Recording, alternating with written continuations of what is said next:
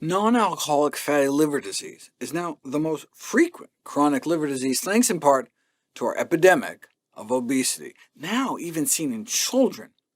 As many as nearly 78% of obese children may have fatty liver disease. Why do we care? Greetings from Tetzner, greetings from Germany. I'm a type 2 diabetic. I'm saying hi right now because this is my YouTube channel, but I promise that the video that you just started watching will resume in just a moment. That video is not by me, but I do have the rights to post it on my channel, as long as I mention the creator and the channel. So to that channel, I want to say thank you so much for this common license video, and you will be mentioned in the description below, so that everybody who is interested in that fantastic channel can go and check it out. So I want to say hi because I'm a type 2 diabetic, like I said. This is my channel, this is me, on the 17th of June 2022. And I had just been diagnosed half a year ago. Again, the video will resume in a minute. I will need 2 minutes, absolute maximum. I just wanted to say hi and share a few things. And then there is me on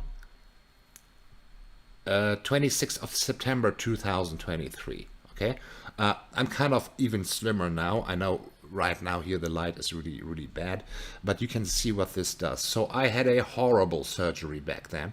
I was in the hospital for several weeks, no, for several days, and then in a clinic for diabetics for multiple weeks. And in those clinics, you have to go and take classes. You learn all kinds of things. And I also found, because I got really scared, I had these throbbing and tingly feet and other problems, and it was just getting crazier and crazier. Also partnered with a licensed dietitian, and we put together something quite amazing. You can find that also in the description, also at spikecontrol.com. And now let's resume again with this really cool video, I feel. And yeah, so that's basically it. And I hope that you find what you're looking for. Don't forget to subscribe to my channel, where there will be more coming soon. Greetings from Germany, and yeah, there you go. Take it easy. Thank you and goodbye. Because a fatty liver can progress into fatty hepatitis, which can cause scarring and liver cirrhosis, which is bad enough without also causing you to develop liver cancer too. Okay, so what's the source of the liver fat in fatty liver disease? There are three main sources: the excess sugar in our diet, excess fat in our diet, and the fat spilling over from your own excess body fat. How do we know excess dietary sugar is bad? Because it's been put to the test. Because if you randomize teens with fatty liver disease to a diet low in free sugars, meaning added sugar and sugary beverages, they experience a significant improvement within 8 weeks. Given this new data, Liver Journal editorial read, a strong argument can be made that we are beyond any period of uncertainty about the harmful effects of excess sugar consumption, and that we must now act to inform the public on the health risks of eating too much sugar. How do we know excess dietary fat is bad? Because it's been put to the test. Randomize people to the same low-calorie diet, but one that's low-fat versus one that's high-fat.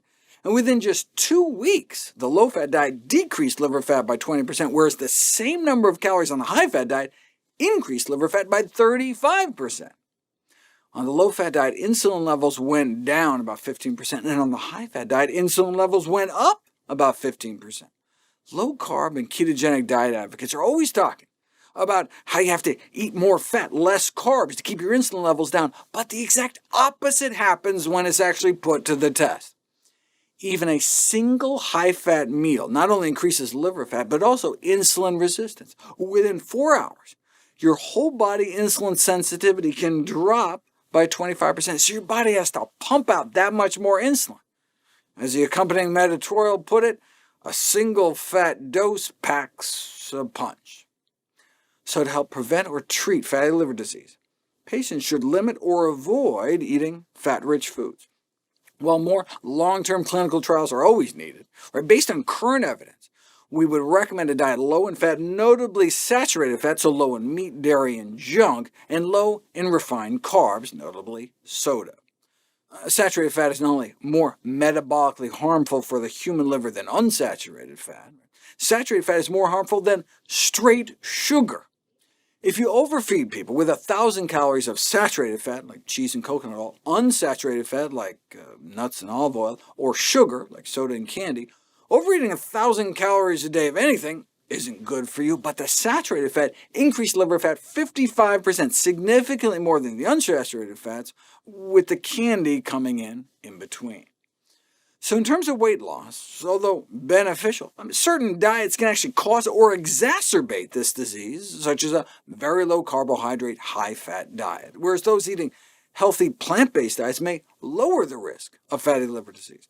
For example, the consumption of legumes, beans, split peas, chickpeas, and lentils, is associated with a lower risk of fatty liver, up to 65% lower odds eating more beans.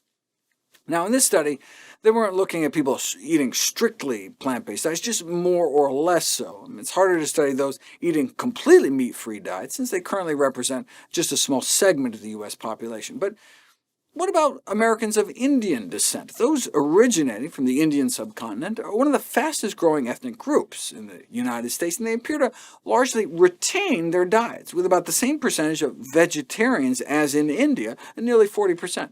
We know in India itself, non-vegetarians, those who eat meat, are at significantly higher risk of fatty liver disease. In Taiwan, you see the same thing. Vegetarians at significantly lower risk. And even the vegetarians who are affected had significantly less liver scarring. Their data suggests that replacing a single serving of soy with a serving of meat or fish was associated with 12 to 13% increased risk of fatty liver disease. OK, but what about here in the United States? Eating vegetarian was associated with being slimmer, having better blood sugars, better cholesterol, and less than half the odds of fatty liver disease.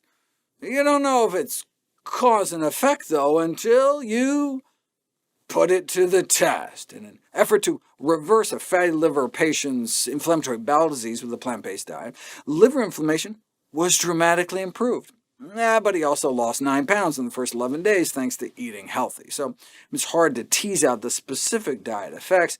In fact, you have to be careful about rapid weight loss, because all that extra fat being broken down can flood into the bloodstream and sometimes make things worse. So for fatty liver disease patients, losing like 3 pounds a week might be safer. Even though plant-based diets have yet to properly be put to the test in a randomized clinical trial for fatty liver disease, I would submit that they are still the best diet for fatty liver disease, not based on a single case report, but based on the fact that cardiovascular disease is the most common cause of death among patients with fatty liver disease, not liver failure. And we do have randomized controlled trials proving that a healthy plant-based diet and lifestyle program can reverse heart disease, opening up arteries without drugs, without surgery, without stents. Yes, patients with fatty liver disease and fatty hepatitis may indeed eventually develop cirrhosis of the liver, but only if they don't die of cardiovascular diseases first.